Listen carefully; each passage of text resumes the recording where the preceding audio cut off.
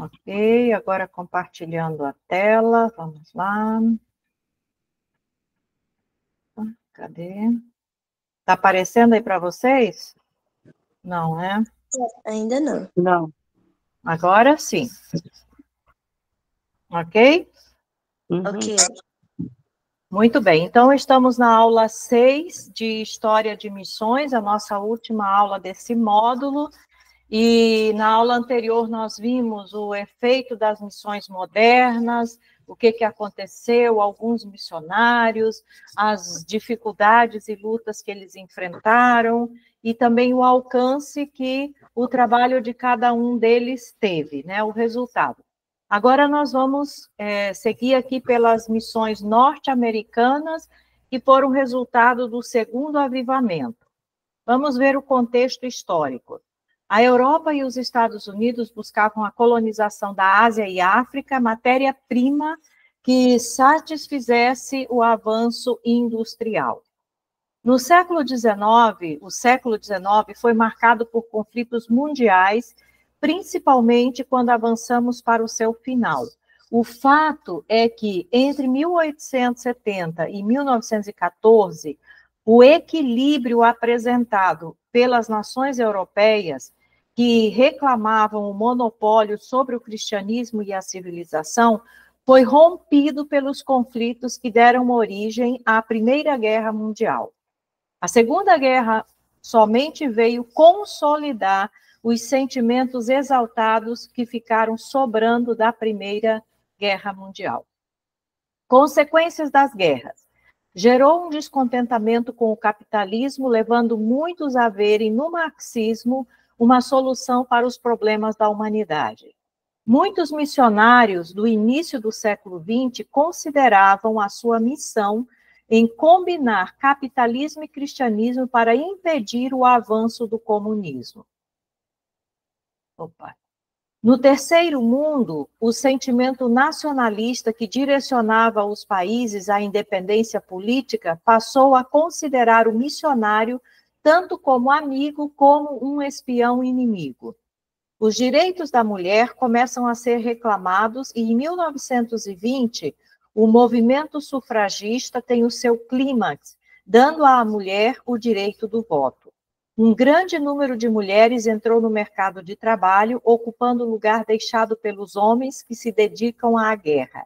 As mulheres também se matricularam nas faculdades, recebendo especializações, influenciando diretamente na obra missionária, pois elas passaram a entrar no campo em grande número. Nós vamos ver que, quando a gente estuda história de missões, até o final do século XVIII, início do século XIX, nós vamos ver majoritariamente os homens como missionários. As mulheres que aparecem aí, os nomes na história de missões, geralmente estavam acompanhando os seus esposos, né? Então, elas eram, assim, missionárias indiretamente. Algumas delas não tinham um chamado específico, simplesmente porque o marido era chamado e tinha um ministério para missões e ia para o campo missionário, óbvio, elas tinham que acompanhar o marido, né? Mas, assim, de meados do século XIX para o século XX, nós já vamos ver que aparecem algumas mulheres e alguns lugares do mundo, algumas frentes missionárias que começam a dar oportunidade e enviar as mulheres para os campos missionários, né? E isso vai se intensificar mais neste início do século XX, com a Primeira e a Segunda Guerra Mundial. Aí a gente pode dizer assim que, de fato, as guerras foram um fator positivo, no caso, para as mulheres, que ganharam não só o direito, mas a necessidade de entrar no mercado de trabalho, de estudar, de se preparar e até de receberem um chamado missionário específico, assumirem esse chamado e poderem ser enviados para os diferentes campos, independente do homem, né? Não só como acompanhante do homem. Então, nós vamos ver que o número de missionárias de mulheres como missionárias cresce muitíssimo neste último período da história de missões. As igrejas receberam influência da filosofia liberal, principalmente na Alemanha, que destituiu a Bíblia de sua autoridade e exaltou a fraternidade humana. Em oposição a esta influência maléfica, surgiu a neo-ortodoxia e o fundamentalismo, que geraram uma nova raça de missionários determinada a manter a fé pura e a confiar em Deus para prover as suas necessidades. Os Estados Unidos passaram a liderar o índice de missionários enviados além-mar, como consequência de um poderoso avivamento na igreja americana.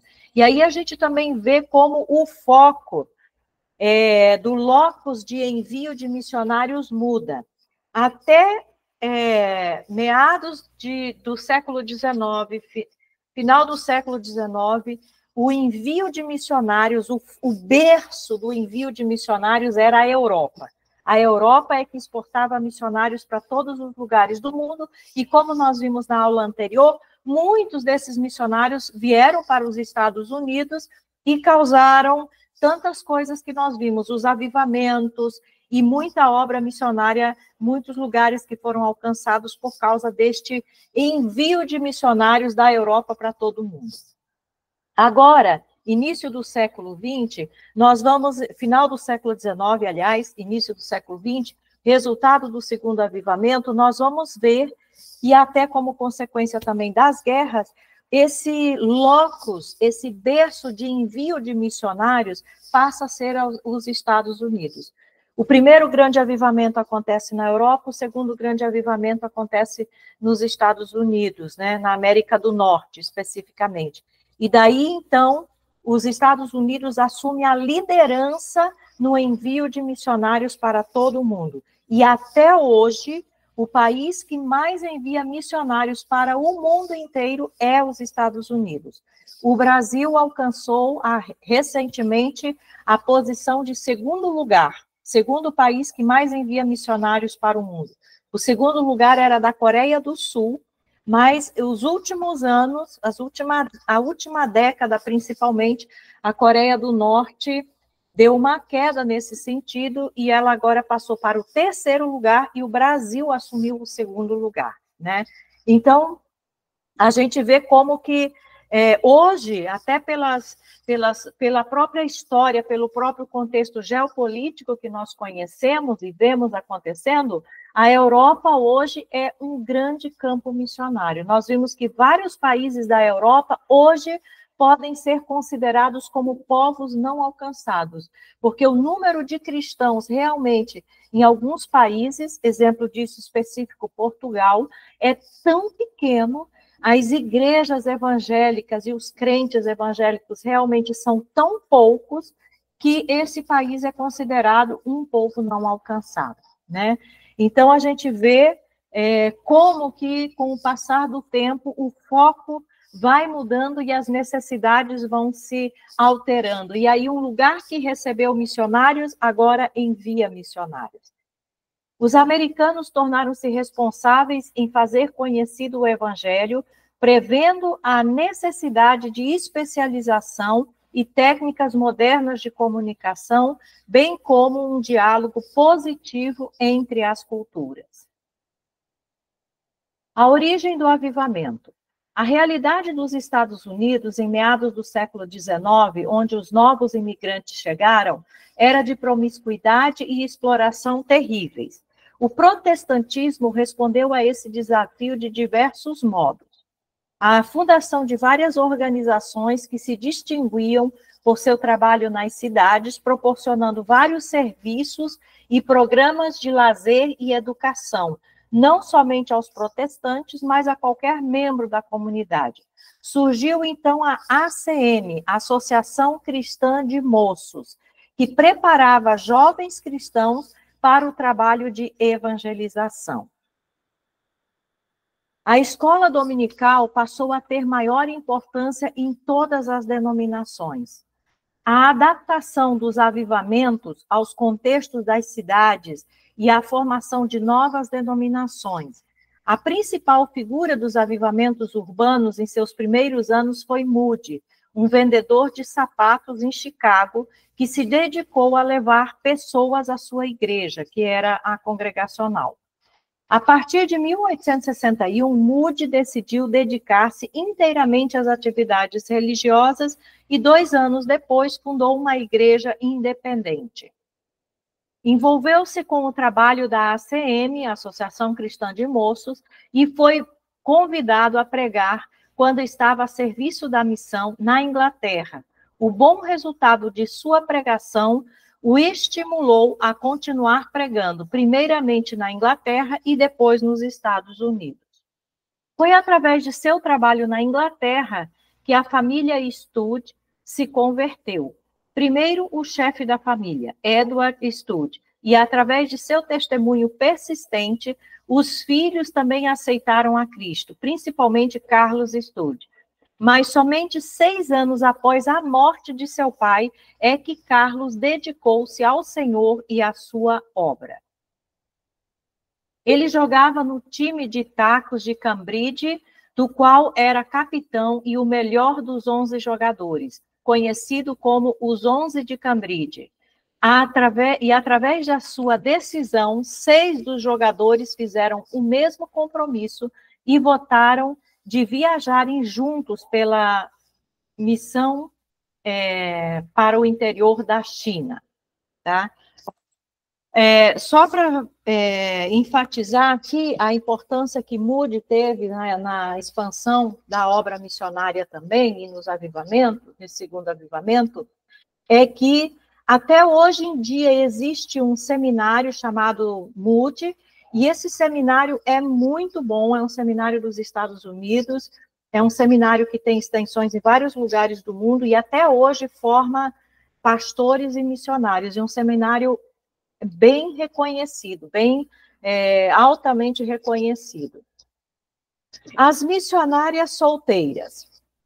Cerca do ano 1900, havia mais de 40 sociedades femininas surgidas devido à discriminação sofrida pelas mulheres, que queriam ingressar em missões, mas que não recebiam apoio das juntas existentes.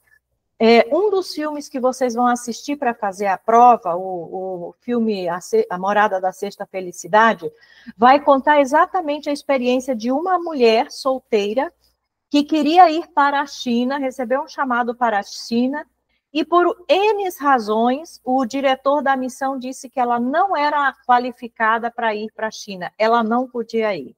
E aí ela resolve ir por conta própria, e vocês vão ver a coisa maravilhosa que ela fez e o que acontece no final de uma das missões que ela empreende, né?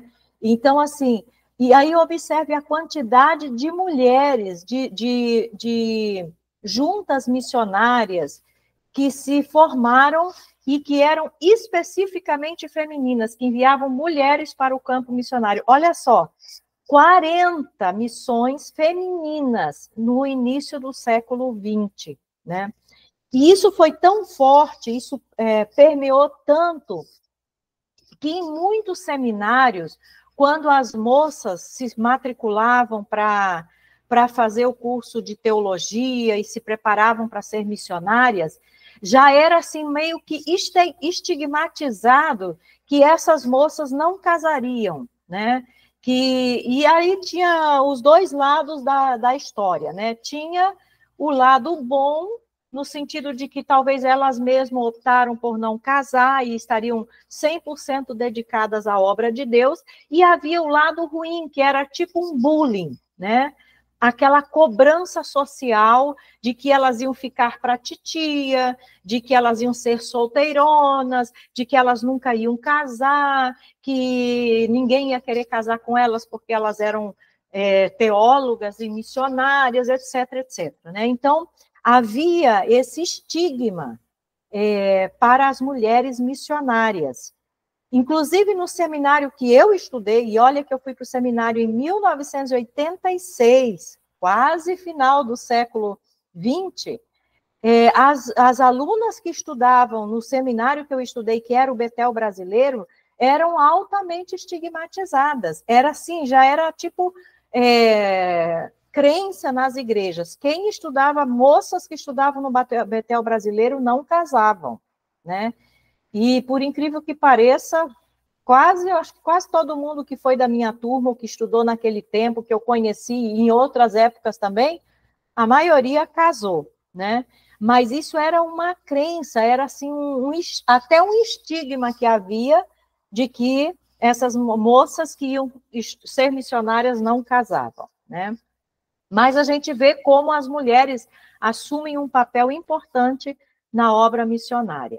O campo de ação do trabalho feminino nesse despertar do novo século foram a medicina, a educação e a tradução. E aí uma coisa importantíssima, as mulheres para irem para o campo missionário, elas não podiam ir como os homens, que iam como pastores. Elas tinham que ir como uma profissional. Era tipo assim, elas iam ser assim, tipo ajudantes lá. Era mais ou menos essa a ideia. Então, elas tinham que ter uma formação técnica ou secular que pudesse validar a presença dela no campo missionário. E aí, muitas delas estudavam medicina, iam como médicas, como enfermeiras, como professoras, como linguistas, ajudavam na parte de tradução da Bíblia, mas elas nunca podiam ser aquelas que estariam à frente do trabalho missionário ou aquelas que estariam pregando, assim, no sentido de pregação, como o pastor prega numa igreja, entendeu? Tanto é que a gente vai ver aqui alguns exemplos que teve uma missionária que fez, assim, um trabalho extraordinário e que teve que entregar o trabalho para que um homem dirigisse o trabalho, porque ela, como mulher, não podia ficar à frente da liderança do trabalho. E aí aconteceram algumas coisas, depois ela retorna novamente à liderança, mas a gente vê como que, apesar de aceitarem as mulheres no trabalho feminino, e foi uma força assim impressionante, elas, para ir para o campo missionário, elas tinham que ir como uma auxiliar, como uma técnica, como uma profissional que estaria ali dando um apoio, não como a líder do trabalho missionário, né? E agora nós vamos ver, então, algumas dessas mulheres que foram para o campo missionário e o que elas fizeram. Charlotte Mon, ou Lotte, como era conhecida, certamente não foi a primeira, mas é considerada a santa padroeira das missões batistas do Sul. Foi enviada para a China, onde estabeleceu uma igreja em 1889, na cidade de Pingtu. Uma das características de seu trabalho foi o treinamento de líderes nativos. De volta à sua terra natal, os Estados Unidos, planejou uma semana de oração e levantou uma oferta missionária chamada Oferta de Natal.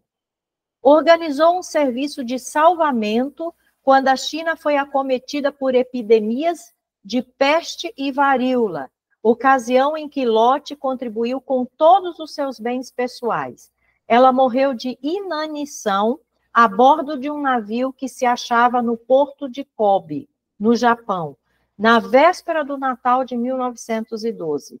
Nos anos que se seguiram, tornou-se comum entre as igrejas batistas do sul dos Estados Unidos levantarem a oferta de Natal de Lotte Mon, destinada à obra missionária.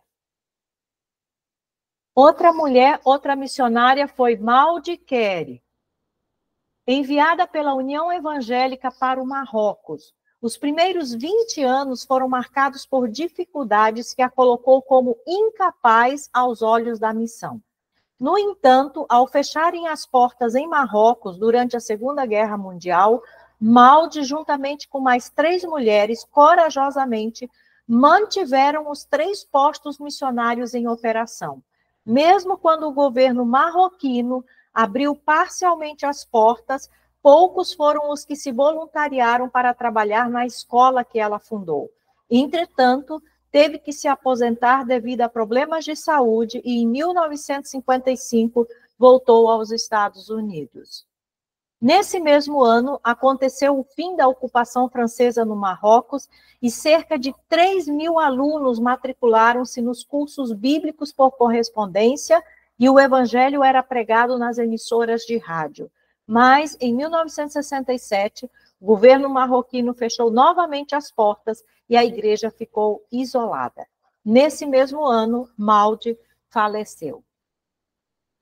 Johanna Venstra, missionária batista para o Sudão. Seu primeiro projeto foi estabelecer um internato para rapazes com o objetivo de treiná-los na evangelização. Também trabalhou fazendo alguns serviços médicos e visitando as vilas evangelizando. Faleceu em 1933. Gladys Aylward, essa é a do filme A Morada da Sexta Felicidade. Missionária londrina, enviada pela missão para o interior da China. Na verdade, ela não foi por essa missão, ela foi por conta própria. Inicialmente trabalhou numa estalagem, ajudando a senhora Lawson na administração. Posteriormente, recebeu permissão do governo chinês para fiscalizar as mulheres chinesas quanto ao cumprimento da lei que proibia amarrar os pés. Na verdade, quem conseguiu que essa lei fosse modificada foi justamente ela. E aí, por isso, o governo chinês, daquele lugar onde ela estava, a designou como fiscal de pés. Claro, ela ia nas casas ver se as menininhas, quando nasciam, se os pais estavam amarrando os pés dessas crianças, que era proibido agora, e aí ela aproveitava e evangelizava. Com isso, Gladys teve a oportunidade de evangelizar o povo. Durante a guerra com o Japão, Gladys tomou conta de cerca de 100 órfãos, protegendo-os e conduzindo-os a uma fronteira segura. Esta atividade causou-lhe esgotamento nervoso. Após recuperar-se, trabalhou numa igreja como diaconisa e nos trabalhos de evangelização. A história dessa mulher é incrível. Vocês vão ver, o filme é fantástico. Claro que o filme não retrata toda a história dela, mas retrata do momento que ela se converte, recebe o chamado, toda a luta que ela tem para ir para o campo, como ela chega no campo, como ela começa a se evangelizar, se envolver, e ela se tornou uma pessoa tão importante ali, no lugar onde ela morava, que quando havia conflitos nas prisões, nas cadeias, os próprios presos só aceitavam como mediadora para as negociações essa missionária, né? Até o chefe lá do lugar, que eu não lembro qual é o título que eles dão lá, como se fosse o prefeito ou o governador, em algumas circunstâncias, em algumas audiências, em algumas decisões que precisavam ser tomadas, ela era chamada para estar presente. E esse governador lá, o prefeito da cidade onde ela vivia, inclusive se converteu, né? Então, a história dela é linda. E o filme, obviamente, vai até o ponto em que ela entrega esses 100 órfãos exatamente a essa missão para o interior da China e exatamente para o pastor, o líder da missão, que disse que ela não era apta para ir para a China, né? Aí, a partir desse momento, o que vai acontecer depois, como ela vai se recuperar, ela vai tentar voltar novamente lá para a China, né? Só que os japoneses estavam invadindo e tal, aquele período de guerra. O filme não dá o final da história. Aí, o final da história, a gente tem que procurar nos livros, né, nas biografias dela. Mas ela foi uma pessoa, assim, fantástica no trabalho que ela fez. Outra mulher importantíssima na obra missionária foi Ellen Roseveare, médica missionária enviada pela Cruzada Mundial de Evangelização para o Congo. Estabeleceu-se em Ibami, onde fundou um hospital e um centro de treinamento de enfermagem para os nativos. Quando esse trabalho estava solidificado, recebeu ordens da missão para passar a liderança a outro missionário e transferir-se para Nebobongo. E aí, no caso, a ordem de passar para outro missionário não era uma missionária mulher, era um missionário homem, porque ela, como mulher, não podia ficar à frente de um trabalho tão relevante como ela estava fazendo. Em Nebobongo, construiu outro hospital e continuou treinando enfermeiros. No entanto, a missão continuou achando que a obra fundada por Ellen deveria ficar sob a liderança de um homem. e colocou um pastor acima de sua autoridade. Ellen afastou-se da obra missionária, magoada e decidida até mesmo em arranjar um casamento.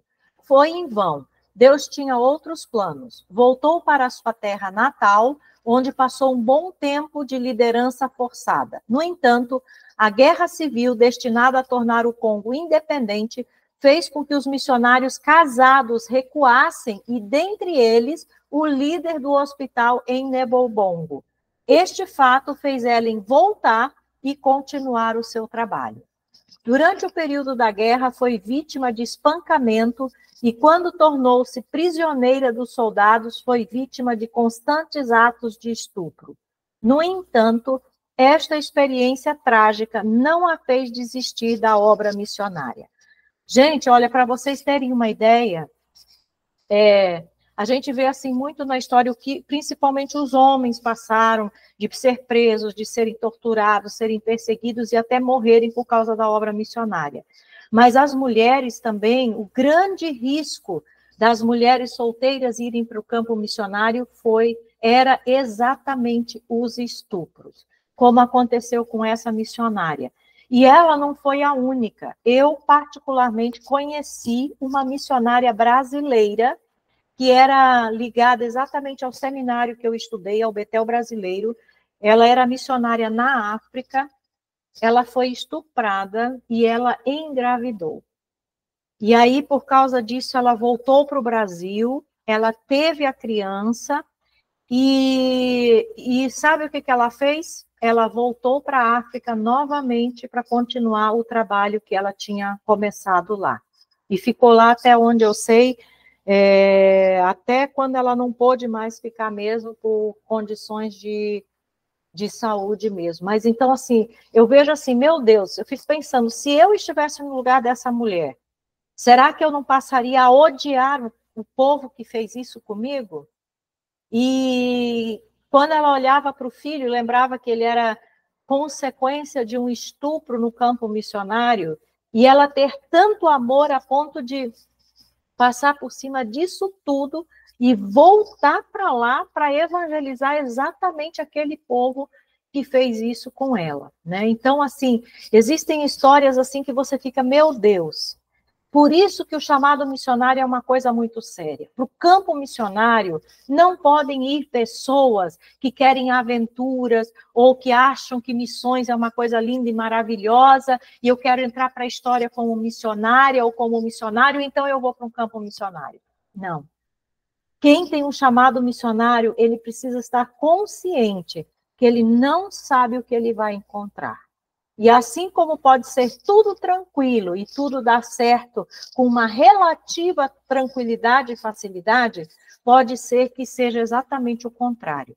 E a gente vai ver que, na verdade, esses missionários, eles enfrentaram coisas terríveis. Só mesmo por amor a Cristo, para eles permanecerem fiéis e concluírem a obra que Deus tinha nas suas mãos nesses campos missionários. A superação de seus traumas, através de uma íntima comunhão com Deus, fez com que ela ajudasse um grupo de freiras que sofriam ataques da mesma forma, algumas até querendo dar cabo à própria vida. Seu resgate aconteceu no último dia de 1964, voltando à sua terra natal, a Inglaterra, e após a independência do Congo, retornou à África para continuar o trabalho. Mas o espírito de nacionalismo provocou no meio da igreja uma rejeição ao trabalho de qualquer estrangeiro. Ela deixou a África com o espírito quebrantado, mas tornou-se uma conferencista muito solicitada, fazendo palestras sobre as missões cristãs. O movimento voluntário estudantil.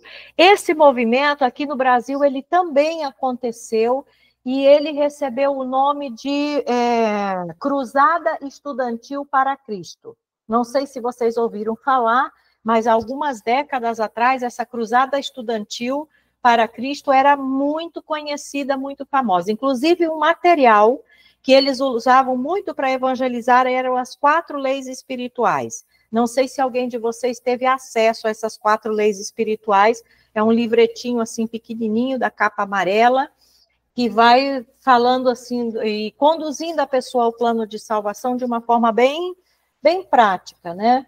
Então, esse movimento voluntário estudantil, aqui no Brasil, chamado de Cruzada Estudantil para Cristo, é outro evento missionário, consequência desse segundo avivamento. O impulso para o surgimento deste movimento foi dado pelo Sete de Cambridge. Lembra daqueles jogadores de futebol lá e tal, né? De futebol não, de um esporte lá inglês? Quando desistiram de fazer carreira profissional na faculdade e entraram para a obra missionária. Este fato na Inglaterra foi seguido, por exemplo, nos Estados Unidos, onde Moody e seus líderes da Associação Cristã de Moços incentivavam os estudantes com suas mensagens missionárias. Uma coisa muito comum vinda dos Estados Unidos, que ainda acontece hoje, não com tanta ênfase como nessa época, é justamente o trabalho de estudantes missionários. Então, por exemplo, nos Estados Unidos, os estudantes crentes, evangélicos, eles vão, as suas férias, eles doam como oferta missionária. Então, eles vão para diferentes lugares do mundo, através de diferentes missões e igrejas, e nesses lugares, essas equipes evangelizam, constroem templos, principalmente os batistas, eles fazem muito isso, constroem igrejas onde não tem, e fazem todo um trabalho, deixam assim uma igreja formada, uma base formada, e entregam aquele local e aquela igreja nas mãos de uma pessoa nacional, né, do país onde eles estão, ou do lugar onde eles estão, para que deem continuidade a essa obra. Então, os estudantes americanos, eles têm esse costume, esse hábito. Os estudantes, nas férias, eles se candidatam para ir para algum lugar do mundo servir como missionários, como evangelistas, né? E aí fazem muitas coisas assim, né? E não só os estudantes, essa ideia dos estudantes, não só os estudantes, mas também, por exemplo, os irmãos normais da igreja. Por exemplo, a igreja do pastor Ed, que é o reitor do seminário que nós representamos lá no Chile, a igreja dele tinha um grupo de irmãos que não eram estudantes, eram pessoas assim já de mais de 40, mais de 50, até mais de 60, que se voluntariavam e participavam das viagens missionárias. Foi um grupo desses que participou do trabalho que teve lá no Peru, em Cusco, quando nós fomos, né? Então, também é um grupo voluntário, cada um paga a sua passagem, e eles vão para evangelizar e para fazer o que tiver que fazer. Então, é uma coisa assim que uma ideia muito boa que poderia ser aproveitada em outros países também, inclusive aqui no Brasil, né? Assim nasceu o movimento no Monte Hermon, Massachusetts, nos Estados Unidos, quando Mott, juntamente com 98 estudantes, responderam ao apelo missionário feito por Robert Wilder, jurando total entrega de suas vidas na obra de missões. Wilder retornou à Índia, onde atuava como missionário, e Mott tornou-se líder do movimento estudantil. Calculava-se que no início do século XX, metade da força missionária era formada por esses estudantes voluntários. O ideólogo do movimento. Sem dúvida, os participantes encontraram na vida de Carlos Studd o exemplo que necessitavam para organizar este movimento, embora que o mesmo não tenha participação direta na organização deste empreendimento. Vamos, então, conhecer um pouco sobre Carlos Studd. Era inglês de família nobre, converteu-se por intermédio de seu pai. No entanto, Carlos decidiu entregar-se ao Senhor para a obra missionária 6 anos após a morte de seu pai. Seu trabalho foi estendido à China, Índia e África Central. Na China, permaneceu nesse território menos de uma década. Conheceu Priscilla Stewart, que servia no Exército de Salvação. Casaram-se e tiveram 4 filhos em território chinês. Priscila desenvolveu um trabalho evangelístico entre mulheres, enquanto ele com os viciados do ópio. por problemas de saúde, retornou à Inglaterra. Na Índia, durante 6 anos, ministrou aos plantadores e pessoas inglesas ali radicadas. Face à pouca expressão de seu trabalho, não ficou satisfeito e retornou à Inglaterra. África Central. Um aviso numa porta, canibais querem missionários, mudou a vida de Stud, que, mesmo doente, partiu para o Congo belga, no coração da África, onde trabalhou por 18 anos. Em 1911, fundou a MCA, Missão para o Coração da África, e apesar dos progressos realizados com o povo e sua inflexibilidade em relação ao estilo de vida dos africanos, causou uma série de problemas. Suas exigências com os missionários mais jovens causou a sua demissão do Comitê Nacional de Evangelização, junto com seus 2 genros. Entretanto, um deles, Norman Gru, conseguiu superar as perdas e formou a Cruzada Mundial de Evangelização. Mas a missão jamais esqueceu a dedicação incansável de seu líder pioneiro.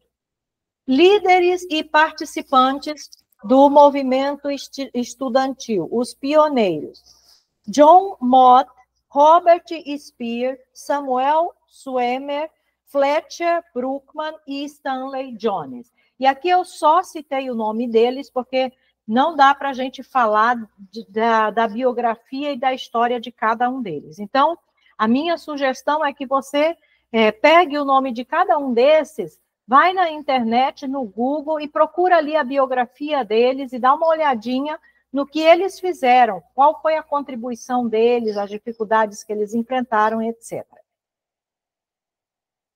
Os missionários da fé. Durante o mesmo período do movimento estudantil, o movimento estudantil estava recrutando jovens intelectuais nas faculdades, outro movimento missionário estava ganhando ímpeto com uma vibrante força missionária localizada nos territórios ainda não alcançados no interior. O movimento da fé, como foi geralmente chamado, teve a sua origem em 1865, com a fundação da Missão para o Interior da China. Essa missão foi fundada por Hudson Taylor, que direta ou indiretamente influenciou a fundação de mais de 40 novas juntas de missões. Com o início das missões, como a Aliança Cristã Missionária, Aliança Missionária Evangélica, Missão para o Interior do Sudão e a Missão para o Interior da África, missões de fé independentes tornaram-se um aspecto importante da evangelização mundial, cujos gloriosos empreendimentos, segundo Robert Kane, são mais estranhos do que a ficção e mais maravilhosos que os milagres. Enquanto a maioria das missões de fé lutavam pela sobrevivência, outras, como a TIM, fundada por Frederick Franson, como a Aliança Missionária Escandinava, progrediam com bastante rapidez. Num período de 18 meses, ele havia enviado cerca de 100 missionários para a China, Japão, Índia e África. O que caracterizava essas missões da fé? Era o seguinte: a missão não se responsabilizava pelo sustento de nenhum missionário. A missão não era responsável por nenhum missionário. A missão só era responsável por despertar os jovens, despertar os chamados e orientá-los para que eles fossem para o lugar que eles tinham recebido o chamado. Agora, como eles iam sobreviver lá, como eles iriam até lá e como eles iriam sobreviver lá, era problema de cada um. Eles tinham que ir pela fé e viver pela fé. Então, cada um tinha que se virar para conseguir seu próprio sustento e poder ir para o campo e se manter no campo. Né? Isso foi as chamadas missões de fé. E um pouco disso a gente ainda vê hoje. As missões, às vezes, recebem recursos, mas não repassam esses recursos integralmente para os missionários. Utilizam grande parte desses recursos para questões administrativas e viagens dos diretores, e uma pequena porcentagem distribuem entre os missionários. E o restante do sustento do missionário é todo por conta dele mesmo, né? Então, é um problema sério. Características das missões de fé. O conceito de fé nessas missões ultrapassava o campo do sustento missionário em si, significando também arriscar a vida para levar o evangelho aos que ainda não haviam ouvido. Não ignoravam as necessidades físicas e sociais do povo a quem ministravam. Promoveram um ministério médico e educacional ativo, sempre mantendo primazia da evangelização. Inovaram o conceito de missões no século XX, introduzindo o rádio, a aviação, como, por exemplo, Asas de Socorro, que atua aqui no Brasil, ou atuava, não sei se ainda está vigente, cursos bíblicos por correspondência, discos evangélicos, fitas cassetes e etc. Então, o que tinha disponível de tecnologia e de recursos que podiam ser aproveitados para a evangelização, esse movimento das missões da fé aproveitou tudo que podia. A ênfase na evangelização pelas missões da fé aumentavam em muito a difusão do cristianismo, e elas progrediram o suficiente para responder ao desafio. Hoje, estimuladas pela dedicação de seus fundadores e pioneiros, as missões de fé acham-se entre as maiores sociedades missionárias e mundiais, apesar de diferirem em sua ênfase geográfico e métodos evangelísticos. Essas missões trabalham eficazmente juntas, em espírito de colaboração, numa base individual e através da Associação Internacional das Missões Estrangeiras, fundada em 1917, a fim de promover o crescimento das missões de fé e outras entidades com as quais estão ligadas de maneira geral. Então, assim, uma das coisas que é importante que essas missões de fé fizeram de muito positivo era justamente a ênfase no evangelismo, na pregação do evangelho. Por que isso é importante? Porque, de certa forma, como vocês devem lembrar, nós vimos que muitas das ações missionárias, principalmente as que são da Igreja Católica, elas estão embasadas sempre em ação social. Então, se criou a ideia de que fazer missões é fazer ação social. E essas missões da fé, elas mudam o foco. Elas mostram que fazer missões é principalmente pregar o evangelho, difundir o evangelho de todas as maneiras possíveis, certo? E as ações sociais, elas não são a prioridade. Elas podem ser um método, um instrumento de apoio, de ajuda, mas não são a prioridade. O foco, a prioridade é a pregação do evangelho. Outra coisa importantíssima desse movimento de fé é que eles começaram a olhar para os povos ainda não alcançados, para aqueles que não conhecem, nunca ouviram falar do evangelho. Então, a preocupação era, a motivação era pregar o evangelho para quem não tinha ouvido ainda o evangelho. E, para isso, valia todos os meios possíveis, disponíveis, tecnológicos, que se podia utilizar. E aí, um grande exemplo disso é a Rádio Transmundial de Quito, Equador. Eu não sei se vocês ouviram falar, mas os mais antigos ouviram falar. E essa rádio até hoje está no ar.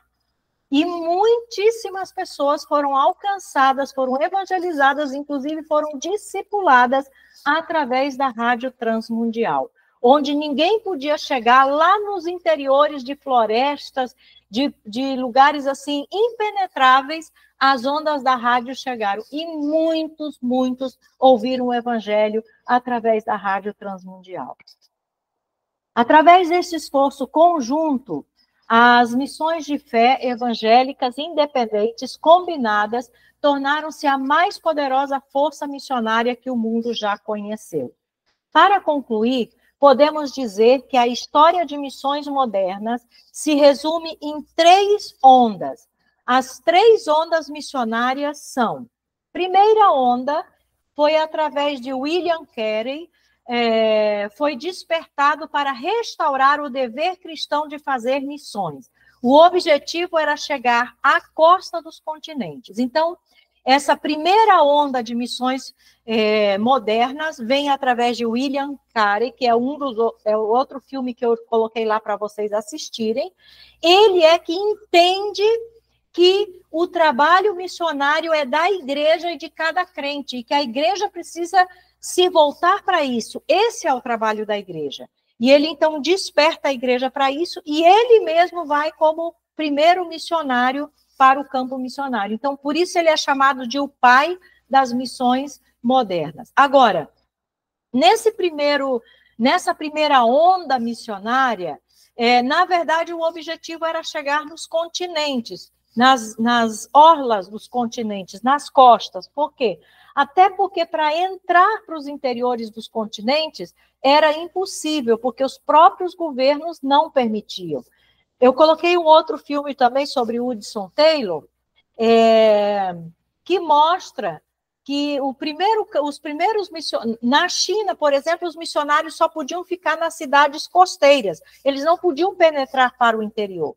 E aí é aí que Hudson Taylor vai e cria a missão para o interior da China, porque o objetivo era chegar lá no interior, não ficar só nas costas, né? nas margens.